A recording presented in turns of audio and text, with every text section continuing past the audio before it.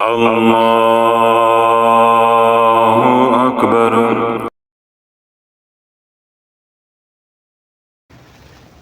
کل کے بیان میں نے یہ بات آپ حضرات کے سامنے عرض کی تھی کہ امت کے پیشواؤں نے محنت اپنے ذاتی بنائے ہوئے یا اپنے بزرگوں کے بنائے ہوئے وظائف کے اوپر کی، جن کو مجرب وظائف کا نام دیا گیا۔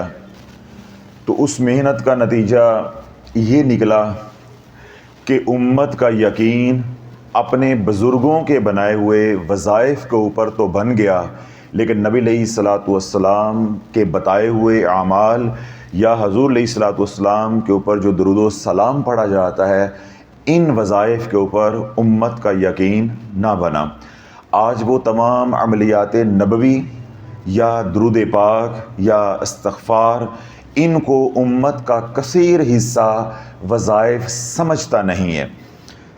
نہ سمجھنے کی مراد یہ ہے کہ ان کا دل مطمئن نہیں ہوتا۔ یعنی اگر ان کو درود پاک پڑھنے کے لیے بتا دیا جائے تو جو سائل ہوتا ہے اس کا دل مطمئن نہیں ہوتا۔ وہ کہتا ہے درود پاک پڑھنے سے کیا ہو جاتا ہے، ہم پہلے بھی تو پڑھ رہے ہیں۔ استغفار کرنے سے پیر صاحب کیا ہو جاتا ہے، وہ ہم پہلے بھی تو کر رہے ہیں۔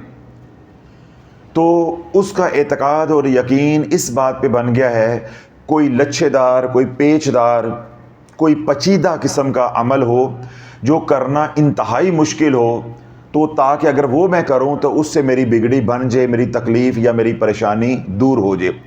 تو اس لیے جو ہماری میڈیکل کی پریکٹس ہے، اس کے اندر بھی اگر ہم کسی مریض کو لکھ دیتے ہیں کہ پیناڈول طرف سے کام چل جائے گا، ڈسپرین سے کام چل جائے گا، پیراسیٹامول سے کام چل جائے گا، یعنی وہ ادویات جن کے نام آپ لوگوں کو خود آتے ہیں، اگر وہ ہم اپنی پرچی پہ لکھ دیں تو مریض مطمئن نہیں ہوتا۔ وہ کیا کہتا ہے، اس بات کی فیس لے لیے، یہ تو میں میڈیکل سٹور سے لے کے بھی کھا رہا ہوں، یہ تو کریانے والی دکان سے بھی مل جاتی ہے، یہ تو میرے گھر میں بھی ہیں، میں اتنی دیر سے بیٹھا ہوں یا اتنی میں نے فیس دی ہے، میں نے ٹوکن لیا ہے، میں نے انتظار کیا ہے، میں اسپیشلسٹ کے پاس آیا ہوں تو پیناڈول ہی لکھ کے دینی تھی۔ تو اس کا پھر نتیجہ کیا نکلا ہے ہمارے اس خطے کے اندر اور بالخصوص پاکستان کے اندر، کہ ڈاکٹر جو ہے وہ پھر مہنگی ترین ادویات لکھتے ہیں، اور وہ برانڈ نیمز لکھے جاتے ہیں جو معروف نہیں ہوتے، جن کی کاؤنٹر سیل نہیں ہوتی، جو ڈاکٹر کی پرچی کے اوپر جو ہے وہ بکتے ہیں۔ حالانکہ جو پین کلر ہے وہ ضروری نہیں ہے کہ اینسر سے کام چلے، وہ پیناڈول سے بھی کام چل سکتا ہے۔ ضروری نہیں ہے وہ کیفلیم سے کام چلے، وہ ڈسپرین سے بھی چل سکتا ہے۔ لیکن کیونکہ ایک ذہن بن چکا ہوا ہے، تو اس کی توجہ کو جو ہے وہ منتشر کرنے کے لیے یا اس کو مطمئن کرنے کے لیے مریض کو، ہمیں ڈاکٹروں کو کیا کرنا پڑتا ہے کہ وہ ادویات لکھنی پڑتی ہیں یا وہ برانڈ نیمز لکھنے پڑتے ہیں جس کا مریض کو معلوم نہ ہو۔ بہو روحانی معالج کو بھی یہی کام کرنا پڑتا ہے کہ وہ پیچدار پیچیدہ شرائط والے اعمال جو ہے امت کو بتائے جائیں تاکہ یہ مطمئن ہو جائیں۔ اب کیا ہے، جن لوگوں نے پہلے پیشواؤں نے محنت کی، انہوں نے ایک ذہن سازی کر دی ہے۔ آج کے دور میں کوئی مخلص بھی ہے تو میں نے کیا کہا کہ وہ سیدھی سیدھی بات کرے گا تو اس کی بات کو کوئی سننے والا نہیں ہوگا، اس کی بات کو کوئی اثر لینے والا نہیں ہوگا۔ میں اس کی مثال دیتا ہوں، پھر میں اگلی بات سمجھاتا ہوں۔ میں نے آخری فکرہ یہ بولا کہ جو آج کے دور میں سیدھی بات کرنے والا ہوگا، حق اور سچ کہنے والا ہوگا، اس کی بات کو کوئی وزن دینے کو تیار نہیں ہے، کچھ سننے کو تیار نہیں ہے۔ آپ سوشل میڈیا دیکھیں، اپنے ملک کے، باہر کے تو آپ نہیں جانتے، اپنے ملک کے جو علماء ہیں جن کی گراں قدر خدمات ہیں، غیر بھی جو ہے ان کی خدمات کا اعتراف کرتے ہیں۔ آپ ان کا سوشل میڈیا کھولیں، یعنی ان کے چینلز کھولیں، وہاں پہ آپ کو ایسے ویرانی ملے گی جیسے یہ بستی کبھی آباد ہی نہیں تھی۔ یعنی یا تو سبسکرائبر نہیں ہیں، فالوورز نہیں ہیں، اگر وہ ہیں تو انہیں کوئی سننے والا نہیں ہے، وہ ان ایکٹیو سبسکرائبر جو ہے وہ بن گئے ہوئے ہیں، کچھ سننے والا نہیں ہے۔ سوشل میڈیا ہے، علماء کو کچھ سننے والا نہیں ہے۔ لیکن جو جتنا بڑا رنگ باز ہے، فرقہ واریت پہ مبنی جو ہے وہ تقاریر کرتا ہے، لگائی بجھائی کرنے والا ہے، یا دوسروں کی عزتیں اچھالنے والا ہے، آپ ان کا سوشل میڈیا دیکھیں، وہاں عوام جسے کہتے ہیں کہ بندے پہ بندہ چڑھا ہوا ہے، سبسکرائبر پہ سبسکرائبر چڑھا ہوا ہے، ملین میں سبسکرائبر ہیں اور وہ ایکٹیو ہیں، یعنی ہزاروں لاکھوں ویوز جو ہے وہ روزانہ آ رہے ہیں، یعنی ان کے چینلز کو دیکھا جا رہا ہے، ان کے بیانات کو سنا جا رہا ہے، ان کی ویڈیوز کو دیکھا جا رہا ہے۔ تو عرض کرنے کا اللہ والو میرا مقصود یہ ہے کہ اس دور کے اندر، اس دجالی وقت کے اندر یہ جو چل رہا ہے، اس میں کیا ہے؟ جتنا لچا انا ہی اونچا، جتنا لچا انا ہی اونچا۔ تو میں نے علماء کی آپ کو مثال دی، تو پیر حضرات جو ہیں ان کو تو میں چھیڑتا نہیں ہوں یا ان کی تو بات میں کرتا نہیں ہوں، کوئی یہ بڑی ہستیاں ہوتی ہیں، یہ آرام فرما رہے ہوتے ہیں اکثر اوقات۔ تو اس دن میں نے بیان میں بھی یہ بات کہی تھی کہ ہر گلی محلے کے اندر پیر ہے، جیسے ہر گلی محلے کے اندر پرچون کی دکان ہوتی ہے، کوئی گلی محلہ ایسا نہیں ہوگا جس میں 2 4 5 پرچون کی دکانیں نہ ہوں جہاں سے آپ چھوٹا موٹا سودا سلف خرید لیتے ہیں۔ تو بے نہیں، ہر محلے کے اندر تویز دھاگا کرنے والا پیر بنا ہوا ہے۔ تو پیروں کے ذمہ کیا ہے؟ امت کی اصلاح کرنا، جو بگاڑ پیدا ہوتا ہے وقت کے ساتھ اس کو درست کرنا، اس کی اصلاح کرنا۔ آپ سوشل میڈیا کھولیں، آپ کو کسی پیر کے بیانات نہیں ملیں گے، کسی پیر کے بیانات نہیں ملیں گے، اور جن پیروں کے بیانات ملتے ہیں وہ پیر نہیں ہیں، وہ پیر نہیں، وہ تو عاملین ہیں۔ کوئی جن نکالنے والا ہے، کوئی پھونکے مارنے والا ہے، کوئی نیچے انہوں نے اپنے ایڈ لگائے ہوئے ہیں کہ علاج کے لیے ہمارے سے رابطہ کریں۔ یہ تو بے وقوف عوام ہے جو ان کو پیر سمجھتی ہے، انہوں نے اپنے ناموں کے ساتھ پیر بھی لگا لیا ہے۔ بنیادی طور پہ وہ کیا ہیں؟ عاملین ہیں، ٹھیک ہے۔ اور اگر کوئی 2 4 پیر ہیں بھی جو طریقت کا کام کر رہے ہیں، تصوف کا کام کر رہے ہیں، یا روحانیت کا علم رکھتے ہیں، آپ ان کا سوشل میڈیا دیکھیں، ان کو کوئی سننے والا نہیں ہے۔ تو یہ میں نے ایک تصویر کا جو رخ ہے وہ آپ کے سامنے رکھا ہے کہ انتہائی بھیانک، خوفناک اور مایوس کن جو ہے وہ صورتحال ہے کہ جن کے پاس کچھ ہے انہیں کوئی سننے والا نہیں ہے۔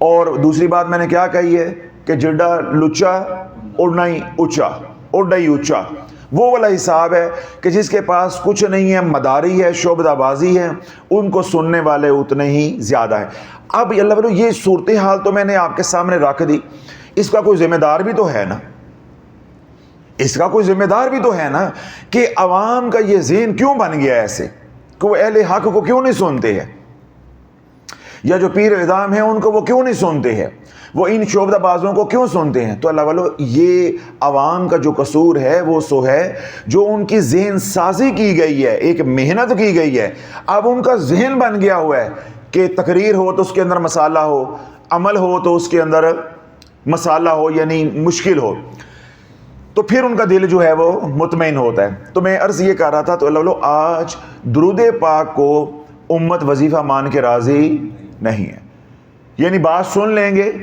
مطمئن نہیں ہوں گے۔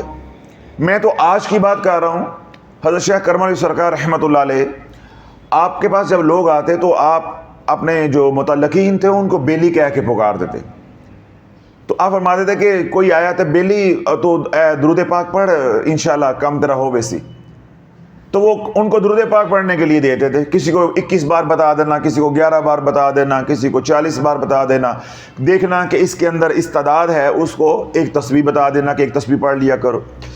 تو وہ درود پاک، ایک صاحب آئے، انہوں نے آ کے کہا کہ حضرت صاحب میرے گھریلو مسائل ہیں تو مجھے کوئی عمل بتائیں پڑھنے کے لیے، میں وہ کروں اور میری پریشانیاں جو ہے وہ دور ہو جائے۔ تو حضرت کرم علی سرکار رحمۃ اللہ نے فرمایا کہ آپ 11 مرتبہ درود پاک ہر نماز کے بعد پڑھا کرو، یعنی انتہائی چھوٹا اور مختصر سا عمل دیا تاکہ یہ دنیا دار بندہ ہے کر لے۔ اس نے سنا، سننے کے بعد جو اور لوگ بیٹھے تو انہوں نے اپنے مسائل بتانا شروع کر دیے، کوئی دعا کے لیے کہہ رہا ہے، کوئی اپنے گھر کا مسئلہ بتا رہا ہے، کوئی اپنی صحت کا مسئلہ بتا رہا ہے۔ جب اس کو درمیان میں موقع ملا اس نے دوبارہ جو ہے کہا حضرت صاحب کہ مجھے جو ہے نا، میں نے آپ سے عرض کیا تھا میرے گھریلو مسائل ہیں، مجھے اس کے لیے کچھ نا پڑھنے کو بتا دے۔ آپ نے فرمایا میں نے آپ کو کہا ہے کہ ہر نماز کے بعد 11 مرتبہ آپ درود پاک پڑھا کرو، انشاءاللہ اللہ کرم فرما دے گا۔ پھر حضرت کرم سرکار رحمۃ اللہ علیہ لوگوں میں مصروف ہو گئے، لوگ اپنے مسائل بتا رہے ہیں۔ تھوڑی دیر کے بعد جب اسے دوبارہ موقع ملا، تیسری بار اس نے پھر یہی بات کہی کہ جی وہ میں نے وظیفہ مانگا تھا آپ سے، تو حضرت کرم سرکار رحمۃ اللہ علیہ نے اپنے خادمین کو بلایا کہ اس کو اٹھا کے باہر پھینکو روڈ کے اوپر، جو یہ درود کو وظیفہ نہیں مانتا اس کو یہاں آستانے پہ آنے کا کوئی حق نہیں ہے۔ جو میرے کملی والے کے ذکر کو وظیفہ نہیں مانتا، اس وظیفے کو وظیفہ نہیں مانتا جو وظیفہ رب خود کرتا ہے، ان اللہ و ملائکتہ یصلون علی النبی، اور وہ وظیفہ جو تمام صالحین کرتے ہیں، وہ وظیفہ جو تمام مومنین کرتے ہیں، وہ وظیفہ جو تمام انبیاء علیہ السلام کرتے آ رہے ہیں، تمام انبیاء علیہ السلام حضور علیہ الصلوۃ والسلام کی ذات اقدس پہ درود پڑھتے آ رہے ہیں، یہ اس کو وظیفہ ہی نہیں مان رہا۔ اللہ رب العزت نے حکم دیا ہے کہ یا ایھا الذین آمنوا صلوا علیہ وسلموا تسلیما۔ تو میں یہ اتنی پرانی بات آپ کو سنا رہا ہوں، اس وقت یہ حال تھا تو آج کیا حال ہوگا۔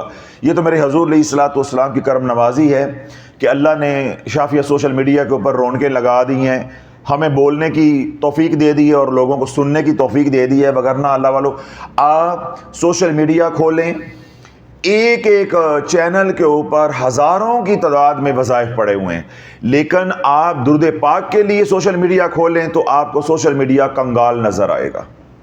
حضور کی سیرت کے حوالے سے سوشل میڈیا کھولیں تو آپ کو کنگال نظر آئے گا۔ کوئی مستند جو ہے وہ اعمال نہیں ملتے، کوئی مستند روایات نہیں ملتی، یعنی جس طرح عامل حضرات ہیں یا علماء ہیں یا ہم جیسے لوگ ہیں طالب علم، اگر کوئی سیکھنا ہو، کوئی پڑھنا ہو تو جو کچھ ملتا بھی ہے وہ غیر مستند ہوتا ہے۔ جو گلی محلے کے لونڈے لپاڑے ہیں انہوں نے عام کتابوں سے لے کے وہ ویڈیوز بنائی ہوئی ہیں، کوئی خاص مواد نہیں ہے، جو ہے وہ کتابوں کے اندر ہی ہے، یعنی ویڈیوز کی صورت میں یا بیانات کی صورت میں وہ مواد موجود نہیں ہے۔ اس کی وجہ کیا ہے کہ جو مسئلہ جس کی میں بات کر رہا ہوں اس کا کوئی خریدار نہیں ہے۔ آج کسی کو اگر درود پاک کا وظیفہ دیا جائے تو وہ کیا کہتا ہے؟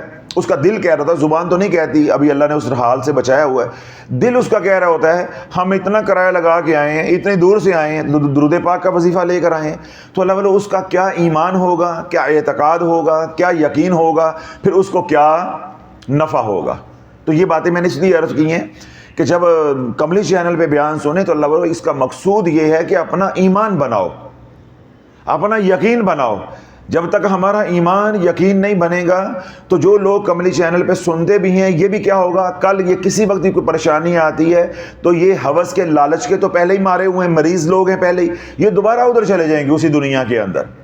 جس دنیا سے الحمدللہ ہم ان کو نکال کر لے کر آئے ہیں، ان کا دوبارہ اسی دنیا میں جانے کا اندیشہ رہے گا اگر ایمان نہیں بنتا۔ پھر دوسرا کیا کہتے ہیں کہ جی ہمارا ایمان اور یقین تو تب بنے گا نا کہ اگر ہمیں کوئی درود پاک سے نفع ہوا ہو، یعنی اب یہ درود پاک کا معجزہ دیکھیں گے تو ان کا اعتقاد بنے گا، ان کا یقین بنے گا، ان کا ایمان بنے گا۔ یہ آج کوئی نئی بات نہیں ہے، کل بھی ایسے ہی تھا۔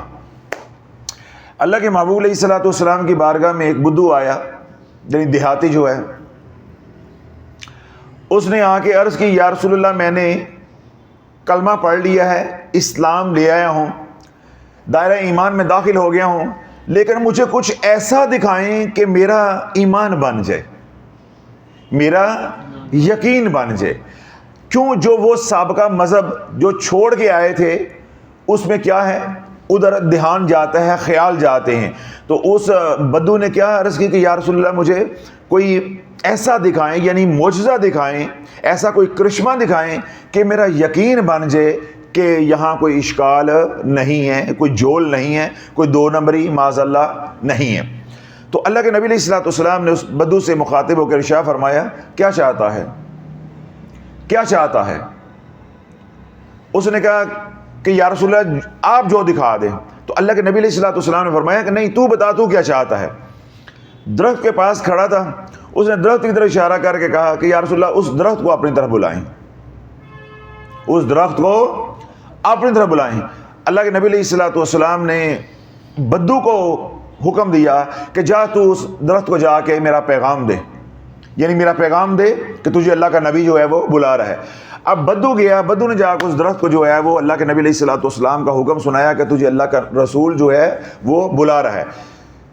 وہ درخت جو ہے ایک دفعہ یوں ہلا تو یہ جڑیں اکھڑ گئیں، جب یوں ہلا تو یہ جڑیں اکھڑ گئیں، جب آگے کو ہلا تو پیچھے جڑیں اکھڑ گئیں، جب ادھر کو پیچھے کو ہٹا تو آگے سے جڑیں اکھڑ گئیں۔ اب وہ درخت جو ہے وہ حرکت کرتا ہوا چلتا ہوا بارگاہ رسالت میں حاضر ہو گیا، اور اس درخت نے آ کر کہا السلام علیکہ یا رسول اللہ صلی اللہ علیہ وسلم۔ جب بدو نے یہ حضور علیہ الصلوۃ والسلام کا معجزہ دیکھا تو وہ پاؤں سے لپٹ گیا، یا رسول اللہ کافی ہے، یا رسول اللہ کافی ہے، یا رسول اللہ کافی ہے۔ آج امت ایسے معجزات دیکھنا چاہتی ہے کہ ایسے کچھ ہمارے ساتھ ہو تو پھر ہم درود پاک پہ ایمان بنائیں گے یا استغفار پہ ایمان بنائیں گے۔ قرآن کے اندر جو حکم ہے اس کے اوپر زبان سے اس کے اوپر ایمان ہے، دل اندر کچا پکا ہے، دل نہیں مانتا۔ دل یہی کہتا ہے کہ سورہ بقرہ ہونی چاہیے، یا کہارو ہونا چاہیے، سورہ جن ہونی چاہیے، یا کوئی اور پچیدہ سا عمل ہونا چاہیے، دعائے سیفی ہونی چاہیے، حزب البحر ہونی چاہیے، کوئی شرائط ہونی چاہیے، آدھی رات کو اٹھنا چاہیے، قبرستان میں جانا چاہیے۔ جو سادہ طریقہ یا سادہ عمل یا سادہ وظیفہ اللہ نے خود امت کو حکمن عطا کیا ہے، بلکہ اس کو کرنے کا حکم دیا ہے، اس پہ امت کا آج یقین نہیں رہ گیا۔ جب بدو نے ہاتھ کھڑے کر دیے یا رسول اللہ کافی ہے، یا رسول اللہ کافی ہے، تو اللہ کے نبی علیہ الصلوۃ والسلام نے اس درخت کو حکم دیا کہ اپنی جگہ پہ لوٹ جا۔ وہ درخت دوبارہ وہاں گیا جہاں سے وہ اکھڑا تھا، وہیں پہ جا کے دوبارہ مستحکم ہو گیا، یعنی زمین کے اندر پیوست ہو گیا۔ اب بدو نے حضور علیہ الصلوۃ والسلام کی بارگاہ میں عرض کی، یا رسول اللہ مجھے اجازت دیں، میں آپ کے قدمین کو یعنی آپ کے پاؤں مبارک کو اور آپ کے ہاتھوں کو بوسہ دینا چاہتا ہوں۔ تو حضور علیہ الصلوۃ والسلام نے اجازت دے دی۔ اس بدو نے جو ہے اللہ کے نبی علیہ الصلوۃ والسلام کے پاؤں مبارک اور ہاتھوں پہ بوسہ دیا۔ پھر بوسہ دینے کے بعد کہنے لگا، یا رسول اللہ مجھے اجازت دیں کہ میں آپ کو سجدہ کروں، میں آپ کو کیا کروں؟ سجدہ کروں۔ تو اللہ کے نبی علیہ الصلوۃ والسلام نے ارشاد فرمایا کہ میری امت میں سجدہ جائز نہیں۔ اگر میں سجدے کا حکم دیتا تو عورت کو دیتا کہ وہ اپنے شوہر کو سجدہ کرے، کیوں؟ اس کے شوہر کا اپنی عورت کے اوپر یعنی اپنی اہلیہ کے اوپر بڑا حق ہے۔ تو اللہ بولو ایمان لانے کے بعد بھی ڈاما ڈول ہیں، اب یہ معجزہ دیکھا ہے تو ایمان بنا ہے۔ ہم ایمان لے آئے ہیں، سالوں ہو گئے ہیں، نسل در نسل مسلمان چلے آ رہے ہیں، لیکن ہمارا درود پاک پہ ایمان نہیں بنا۔ کیوں نہیں بنا؟ کہ ہم نے درود پاک پڑھا ہی نہیں ہے۔ ہم درود پاک پڑھتے، اس کے کمالات کھلتے، اس کے معجزات کھلتے، اس کے کرشمات سامنے آتے تو ہمارا ایمان بنتا۔ ہم تو پڑھتے رہے ہیں پیچدار وظائف، الٹے سیدھے وظائف۔ ہم کہتے رہے کہ ہمارے پیر نے وظیفہ دیا ہے، ہمارے بزرگوں نے وظیفہ دیا ہے، ہمارے اکابر نے وظیفہ دیا ہے، فلاں ولی اللہ نے وظیفہ دیا ہے، تو ہم نے اللہ کے وظیفے کی طرف دھیان ہی نہیں کیا۔ تو اللہ بولو جنہوں نے اللہ کے وظیفے کی طرف دھیان کیا، انبیاء علیہ السلام کے وظیفے کی طرف دھیان کیا یا صالحین کے وظیفے کی طرف توجہ کی، انہیں وہ مل گیا جو دوسرے تصور بھی نہیں کر سکتے، سوچ بھی نہیں سکتے۔ تو اللہ بولو درود پاک ایسی نعمت ہے، اس سے وہ مقام مل جاتا ہے جو مقام دوسرے لوگ ریاضتیں کر کے مجاہدے کر کے نہیں پا سکتے، کیونکہ درود پاک پڑھنے والا وہ خوش نصیب ہوتا ہے جس کو اللہ اپنی بارگاہ کے لیے بارگاہ اقدس میں قبول کر لیتا ہے، اپنے بارگاہ الہیہ میں قبول کر لیتا ہے کہ تو میرے محبوب کی تعریف کر، تو میرے محبوب کے لیے دعائیں کر، تو میرے محبوب کی سیرت اور صورت کو بیان کر، چاہے وہ نعتیہ شکل میں ہو، چاہے وہ نثر کی صورت میں ہو، چاہے وہ ادب کی صورت میں ہو، چاہے وہ درود پاک کی صورت میں ہو۔ یہ سارے کا سارا کیا ہے؟ یہ درود ہے۔ تو جس کو اللہ قبول کر لیتا ہے وہ کیا کرتا ہے؟ درود پڑھتا ہے، اور جس کو حضور علیہ الصلوۃ والسلام قبول کر لیتے ہیں وہ استغفار کرتا ہے۔ تو آج ہم کیسے امت کو سمجھائیں کہ جو درود پڑھ رہا ہے سمجھ لو اس کے اوپر اللہ کی نظر ہو رہی ہے، اور جو دن رات استغفار کر رہا ہے اس پہ کملی والے کی نظر ہو گئی ہے۔ آج یہ تو بڑا مان ہے، میرے پہ غوث کی نظر ہے، کوئی کہتا جی میرے پہ مرشد کی نظر ہے، میرے ابدال کی نظر ہے۔ بھائی وہ ساری باتیں اپنی جگہ پہ ہیں، لیکن ان کا کیا موازنہ ہے کملی والے کے ساتھ؟ تو درود پاک وہ پڑھے گا جس پہ اللہ کی نظر ہو، جس کے اوپر اللہ کی نظر ہو جائے گی، وہ کسی اور نظر کا محتاج رہ جائے گا۔ اسی طرح جس کے اوپر کملی والے کی نظر ہو جائے گی، کیا اس کو کسی اور کی نظر کی حاجت رہ جائے گی۔ تو اللہ بولے جو شخص اٹھتے بیٹھتے درود پاک پڑھ رہا ہو تو تمہارا دل اس کو دیکھ کے گواہی دے کہ یہ اللہ کی بارگاہ میں قبول ہو گیا ہے۔ اللہ کی بارگاہ میں قبول ہوئے بغیر درود پاک نہیں پڑھا جا سکتا۔ کیوں؟ درود پاک کے ساتھ ہدایت جڑی ہے، کامیابی جڑی ہے۔ جو میرے تیرے وظائف ہیں یا بزرگان کے وظائف ہیں، ان کے ساتھ ہدایت کا، کامیابی کا وعدہ نہیں۔ کبھی ہدایت مل جائے گی، کبھی نفع ہو جائے گا، مگر نہ نقصان تو نقد و نقد پڑا ہوا ہے، اور امت برباد بھی ہوئی، آپ حضرات کے سامنے بھی ہے۔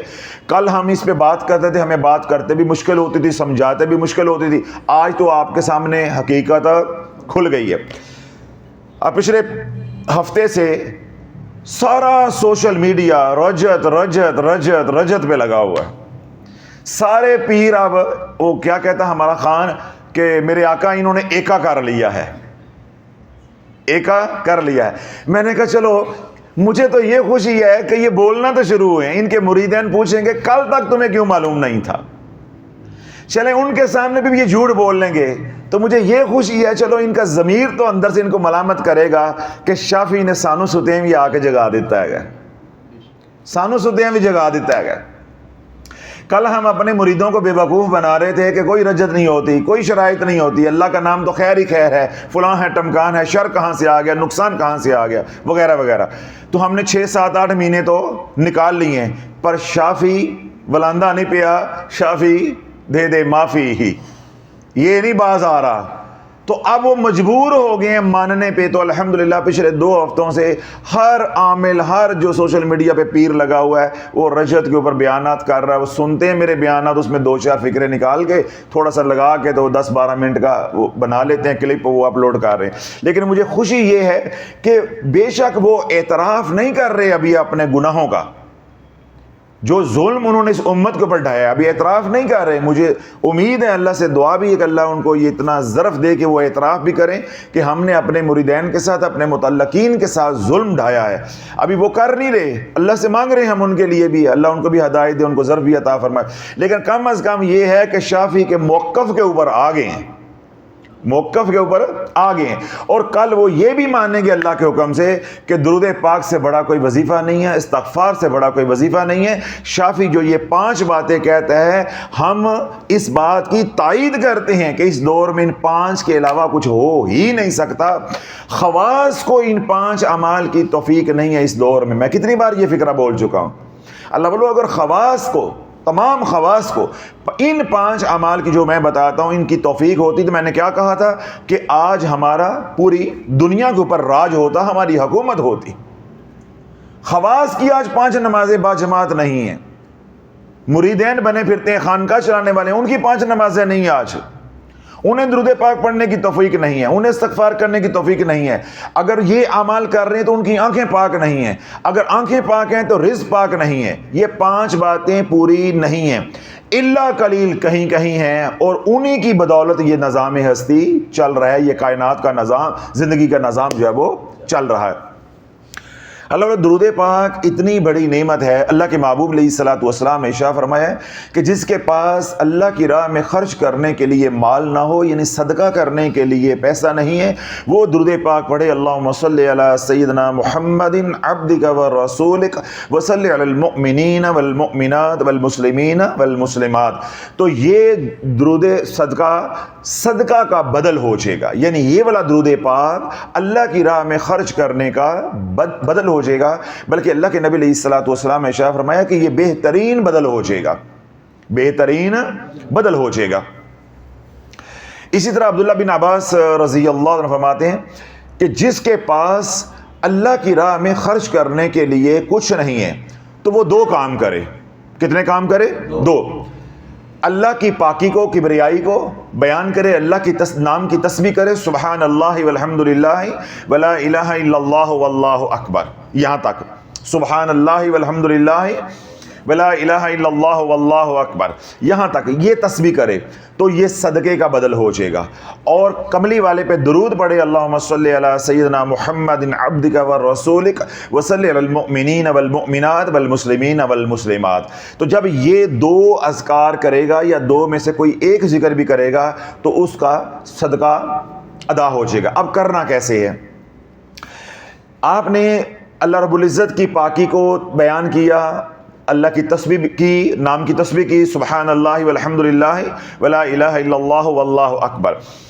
جتنا یہ ذکر ہوا، آپ نے 50 بار پڑھا، ایک تسبیح پڑھی، 2 تسبیحاں پڑھی، تو اس کے بعد آپ نے یہ سارا کا سارا حضور علیہ الصلوۃ والسلام کے وسیلہ جلیلہ سے تمام مرحومین کو، یعنی ساری امت کو جو ہے وہ تقسیم کر دینا ہے۔ بلکہ سیدنا آدم علیہ السلام سے لے کے حضور علیہ الصلوۃ والسلام کی امت تک جتنے بھی اہل ایمان آئے ہیں یا موجود ہیں، سب کو ایصال ثواب کر دینا ہے۔ تو اس کا کیا ہوگا کہ آپ نے جو مال کا صدقہ کرنا ہے اور آپ کے پاس مال نہیں ہے، یہ اس کا متبادل ہو جائے گا۔ بے نہیں آپ نے درود پاک پڑھا تو اس کے اندر تو آپ خود دعا کر رہے ہیں، اللہم صلی علی سیدنا محمد عبدک ورسولک، اے اللہ اپنے محبوب کے اوپر جو آپ کے رسول بھی ہیں اور آپ کے مقرب اور مقبول بندے بھی ہیں، ان کے اوپر رحمت فرما، وصلی علی المؤمنین والمؤمنات والمسلمین والمسلمات، جو مومنین و مومنات ہیں، مسلمان مرد ہیں یا عورتیں ہیں، یا اللہ ان کے اوپر بھی رحم فرما۔ تو اس کے اندر تو ہدیہ کرنے کی ضرورت ہی نہیں ہے، کیوں؟ یہ نظام تو ہے ہی دعا کا ہے، اور یہ دعا آپ اللہ سے مانگ رہے ہیں، اور درود پاک کی صورت میں یہ حضور علیہ الصلوۃ والسلام کی بارگاہ میں پہنچ رہی ہے۔ آپ اللہ کے نبی علیہ الصلوۃ والسلام کے لیے بھی رحمت کی دعا کر رہے ہیں، اور تمام مومنین مومنات اور مسلمان مرد عورتوں کے لیے بھی آپ رحمت کی دعا کر رہے ہیں۔ تو یوں یہ ذکر جو ہے یہ صدقے کا بدل ہو جاتا ہے۔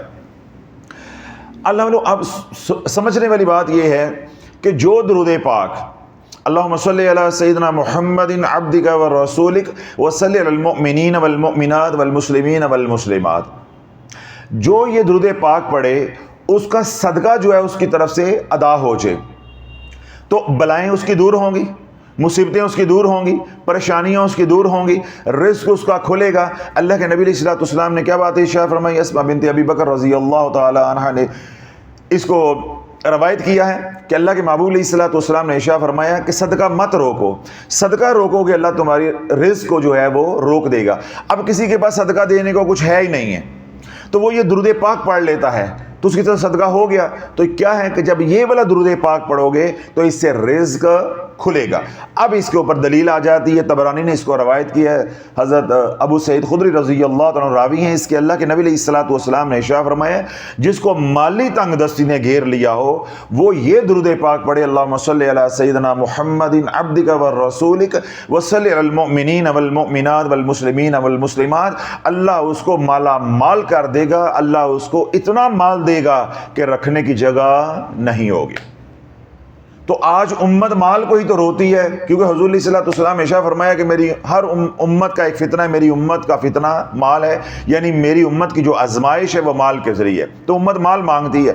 تو مال کے لیے کیا ہے اصول، کیا ہے کہ مال اللہ کی راہ میں خرچ کرو، اللہ اس کو ضربیں لگا کے لوٹائے گا، تمہارا مال بڑھ جائے گا۔ یہ فارمولہ یا یہ طریقہ جو اللہ چاہتا ہے یہ امت مان کے تیار نہیں ہے، یعنی خرچ کر کے تیار نہیں ہے۔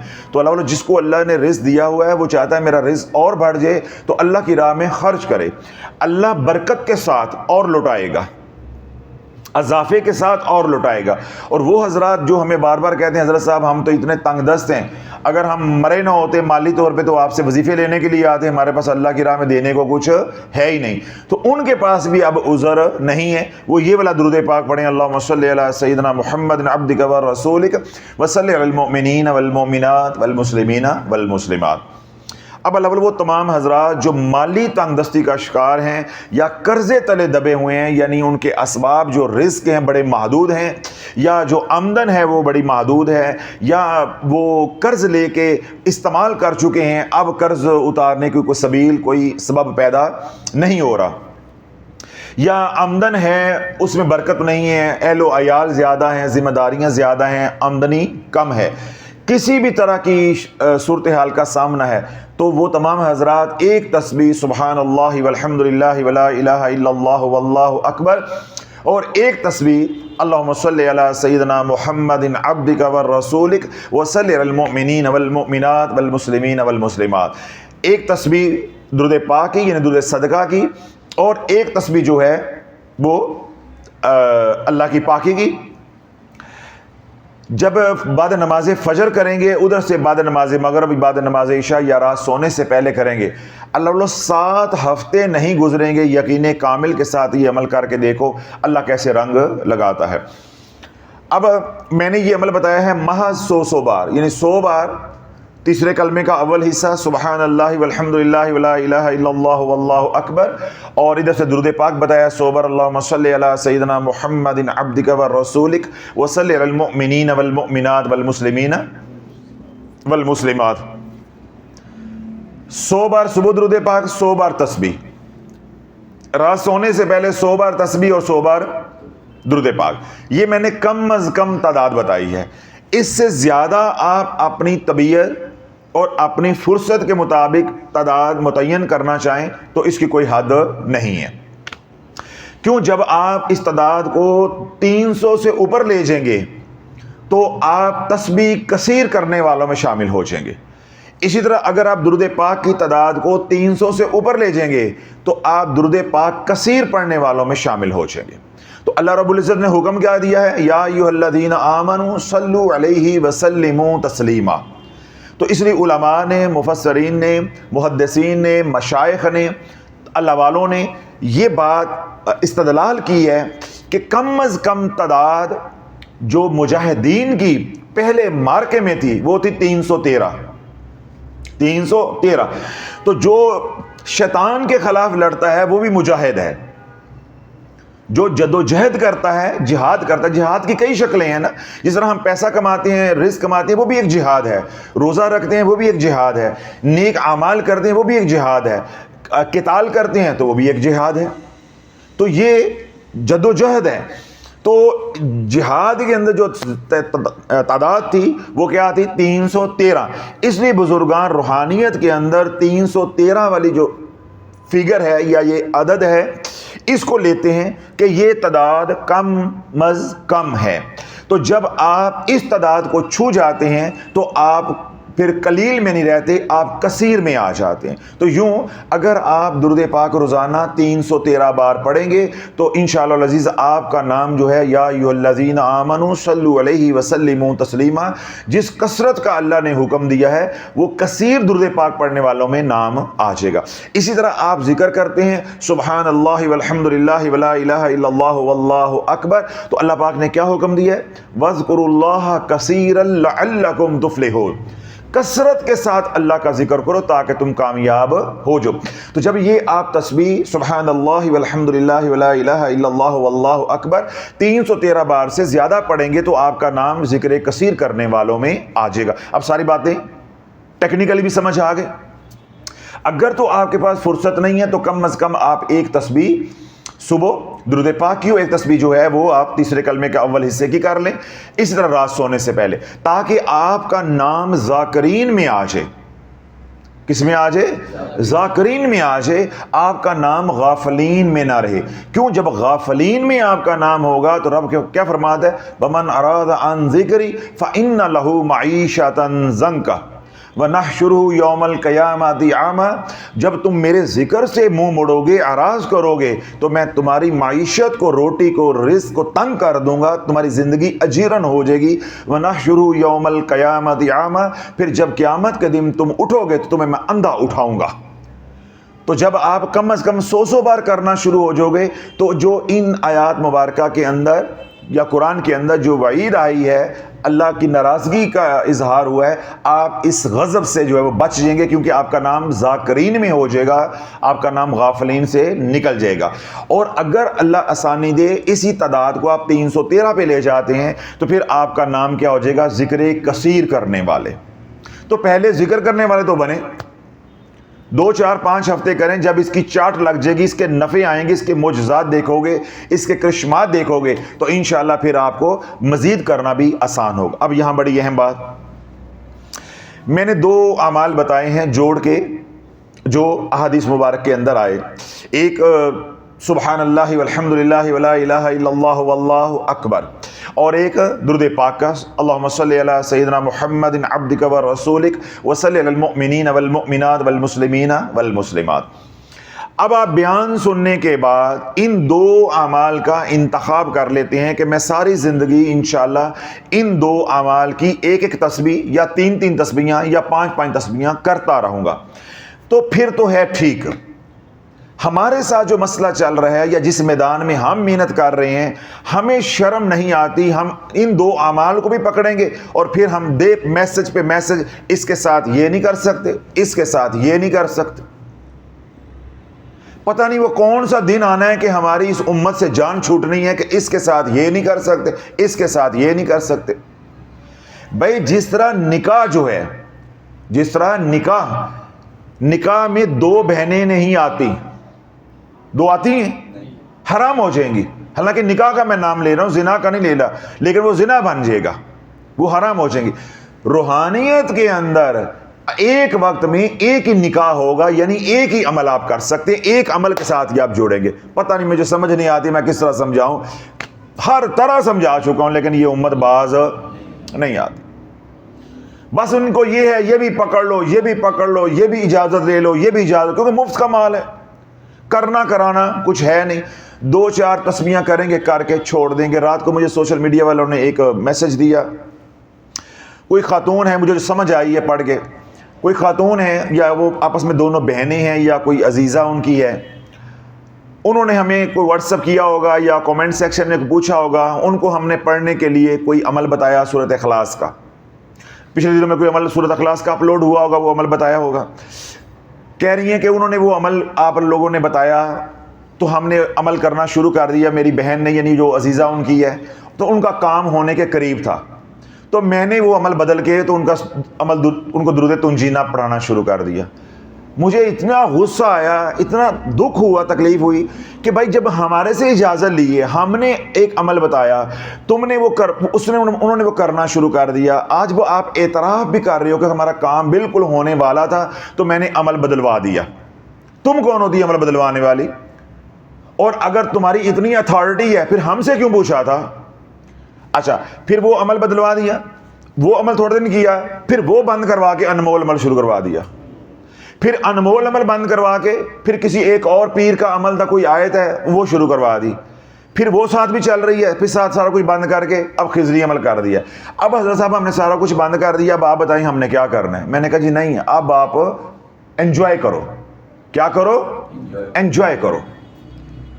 کیوں؟ اب ایسے لوگوں کے ساتھ میں دل سے کہتا ہوں کہ اللہ ان کے اوپر رجت ڈالے، انہیں پتا چلے کہ کھلواڑ کیا ہوتا ہے، مذاق قرآن کے ساتھ کیا ہوتا ہے. اب یہ کہیں گے حضرت صاحب بد دعائیں دے رہے ہیں. نہیں، بد دعائیں نہیں دے رہا، میں ان کو سیدھا کرنا چاہتا ہوں. کیوں؟ ان کو رب کی کڑکی لگے گی، انہیں پتا چلے گا قرآن کیا ہے، اللہ کا ذکر کیا ہے. انہوں نے مفت سمجھ گیا کہ شافی کا مال ہے، مفت ہے. یہ شافی کا مال نہیں ہے، یہ کمنی والے کی امانت ہے، یہ قرآن رب کی امانت ہے. تو انہوں نے کھلواڑ کیا کہ یہ کر لو وہ کر لو. تو اللہ بولو ہمیں اعمال سے اس دور میں جو نفع نہیں ہو رہا وہ ہماری حرص کی وجہ سے. تو یہ میں نے باتیں اس لیے واضح کی ہیں کہ کوئی بھی سننے والا اگر یہ 2 اعمال کرنا چاہتا ہے پھر کوئی اور عمل اس کے ساتھ نہیں چلے گا. کیوں؟ ہم امت کو یہی بات سمجھا رہے ہیں کہ ایک وقت میں ایک عمل ہوگا. جیسے میں نے مثال دی کہ اگر آپ نے نکاح کرنا ہے تو ایک بہن ایک کے ساتھ کریں گے، 2 بہنیں ایک گھر میں نہیں آ سکتی. عملیات کی دنیا میں بھی، روحانیت کی دنیا میں بھی، جیسے مرشد ایک ہوتا ہے، عمل بھی ایک ہی ہوتا ہے، 2 عمل نہیں چلتے. تو آج تک آپ کو نہ یہ باتیں کسی نے کتاب میں لکھ کے دی ہیں اور نہ آپ کو سمجھائی گئی ہیں. میں نے کیا بیان کے شروع میں کہا کہ آپ کا ذہن بنا دیا گیا ہے، اے بھی پڑھو بڑا ثواب ہوتا ہے، اے بھی پڑھو تو بڑا ثواب ہوتا ہے. جس طرح کھانے کو تھا نا، اے بھی کھاؤ، اے انیاں ڈشاں تھوڑے سامنے رکھی، اے بھی کھاؤ. تو بھائی ہم کیا کہتے ہیں؟ بھائی میں اتنا ہی کھاؤں گا جتنا پچا سکتا ہوں. لیکن ہمارے پاکستانیوں کا کیا مزاج ہے؟ اب میں بات کروں گا تو لوگوں کو مرچیں لگ جائیں گی. میں صرف یہ کہہ دیتا ہوں، مجھے بولنا نہ پڑے، کہ اپنی کرتوت دیکھنے ہیں نا تو ولیمے کی روٹی میں جا کے دیکھ لو. کہو گے کہ حضرت صاحب جو ہے پاکستانی قوم کی توہین کرتے ہیں. بھائی سارے ایک جیسے نہیں ہوتے، لیکن اکثریت ایسی ہے اور بہت بڑی اکثریت ایسی ہے میں نے تو آپ کو تصویر دکھائی ہے، آپ کو اشارہ دیا ہے کہ میں بولوں گا آپ کو غصہ لگے گا، اور اگر اپنے کرتوت دیکھنے، اپنا کردار دیکھنا ہے، اپنا اخلاق دیکھنا ہے، اپنا رکھ رکھاؤ دیکھنا ہے، اپنی وفاداری دیکھنی ہے، تو ولیمے دی روٹی کھلدی ویکھ لو تو روٹی کھاندے ویکھ لو بس۔ جیسے کتوں کے لیے روٹی کھولی جاتی ہے، کھولنے والوں کا بھی انداز اس طرح ہوتا ہے جیسے کنات ہٹاتے ہیں آجو، تو پھر جس طرح کتے پڑتے ہیں ایسے یہ قوم ٹوٹ پڑتی ہے۔ بے نہیں اللہ والو، ہمارا یہی رویہ، یہی روش ہماری اعمال کے ساتھ ہے، اور یہی روش ہماری مال کے ساتھ ہے۔ تو مال کھایا، اس کے بعد تو پھکی کھا کے اس کو پچا لیا، اے پھکی نہ پچانا لا ہونا نہیں ہے، یہاں سے آپ کو غلطی لگ رہی ہے۔ وہاں تو افارا ہو گیا، 7 اپ 2 چڑھا دیتیاں، یا پیر دی پھکی منگوا لی، او کھا لی 2 چونڈیاں، چورن کھا لیا، حجملہ کھا لیا، یا کسی کو میڈیسن کا علم ہے اس نے 1-2 ٹیبلٹس کھا لی تو کام سیدھا کر لیا۔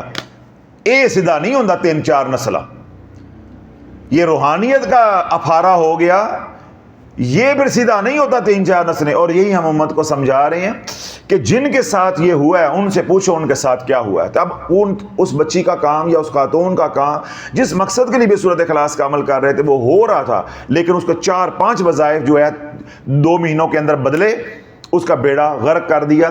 جب مجھے پھر انہوں نے کہا تو میں نے کہا جی ان کو کہو کہ انجوائے کریں، اب رجت نہیں بھی ہوئی تو ہو کے رہے گی، رجت نہیں بھی ہوئی تو ہو کے رہے گی۔ تم اب پاکستان کے کسی بھی حصے میں رہتے ہو، اب ملتان میرے پاس آ کے رہو گے اور آ کر بتاؤ گے حضرت صاحب میں وہی ہوں جس کا آپ نے بیان میں ذکر کیا تھا، میں دیکھوں گا اب رجت کیسے نہیں ہوتی اور تیری پکڑ کیسے نہیں آتی۔ تو اس لیے اللہ یہ ساری بات میں نے رکھی ہے، آج جو پہلی دفعہ سن رہے ہیں یا سوشل میڈیا پہ سن رہے ہیں، جو 2 اعمال بتائی ہیں، رزق کے مسائل ہیں، گھریلو مسائل ہیں، قرضے کے مسائل ہیں، گھر میں پریشانیاں ہیں، اسی طرح گھر کے اندر لا علاج بیماریاں ہیں، رشتوں کے مسائل ہیں، اولاد کے مسائل ہیں، کسی طرح کے مسئلے کے لیے آپ نے یہ عمل کرنا ہے تو ان 2 اعمال کے ساتھ پھر کوئی عمل اور نہیں چلے گا۔ 5 وقت کی آپ نماز پڑھیں گے حصار کے ساتھ، خضری عمل کا حصار کریں گے۔ جنہیں معلوم ہے خضری عمل انہیں تو معلوم ہے، جو آج پہلی بار سن رہے ہیں ان کے لیے خضری عمل کا بیان جو ہے وہ آرزو چینل پہ اپلوڈڈ ہے، وہ وہاں سے سن لیں۔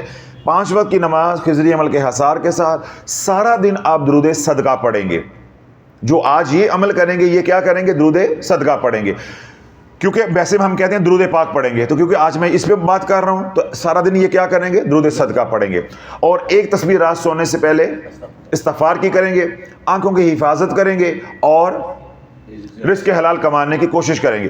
اور جو آج کے اعمال سن کے کریں گے تو درود پاک کی جگہ پہ یہ درود صدقہ پڑھیں گے، اور ساتھ آپ پڑھیں گے تیسرے کلمے کا اول حصہ سبحان اللہ والحمد للہ ولا الہ الا اللہ واللہ اکبر۔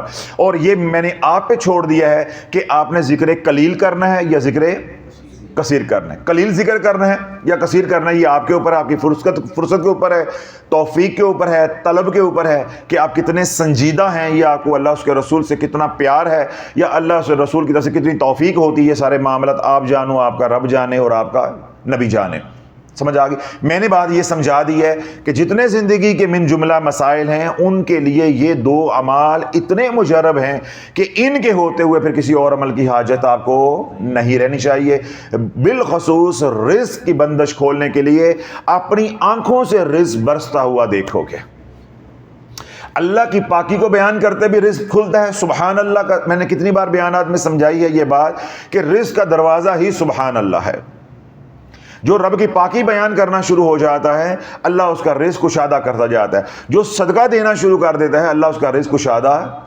تو اب میں نے دلائل کے ساتھ، علمی اور عقلی دلائل اور مثالوں کے ذریعے بھی آپ کو بات سمجھا دی ہے کہ کسی طرح آپ کا اعتقاد، یقین ان 2 اعمال پہ بن جائے، اور تاکہ آپ دوسرے اعمال نہ کریں، نہ وہ اعمال آپس میں ٹکرائیں، اور نہ آپ بیمار ہوں، نہ رجت ہو، نہ خود اپنا نقصان کریں اور نہ اپنی نسلوں کا نقصان کریں۔ تو تمام مسائل کے لیے یہ 2 اعمال ہیں، بالخصوص رزق کے لیے۔ تو رزق کے لیے میں نے بتایا کہ رزق اپنی آنکھوں سے برستا دیکھو گے، بند نصیب اپنی آنکھوں سے کھلتے دیکھو گے، سوئی ہوئی قسمت کو اپنی آنکھوں سے جاگتے ہوئے دیکھو گے۔ یعنی اگر آپ بالکل پڑھ کے مایوس ہو چکے ہیں بس ان 2 اعمال کو پکڑ لو۔ پھر اگر آپ وظائف کر کے رجت کا شکار ہو چکے ہیں تو پہلے تمام وظائف سے توبہ کر لو اور یہ اعمال پکڑ لو ساری زندگی، پھر ان کو ٹانکا کوئی ٹوچ نہیں لگانا، اس کے اندر رہنا ہے، انشاءاللہ دھیرے دھیرے جو جس مسئلے کے لیے پڑھ رہے ہیں وہ مسئلہ بھی حل ہو جائے گا، اور دھیرے دھیرے انشاءاللہ رجت کا علاج بھی ہو جائے گا۔ اللہ آپ کو اپنی زندگی میں ہی رجت سے جو ہے وہ نکال دے گا۔ اللہ رب العزت جو ہے اس محنت کو، کوشش کو قبول و منظور فرمائے۔ آپ تمام حضرات کو اجازت ہے، جو سوشل میڈیا پہ سن رہے ہیں انہیں بھی اجازت ہے۔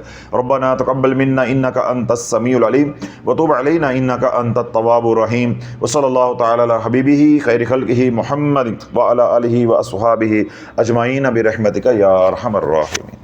اللهم صل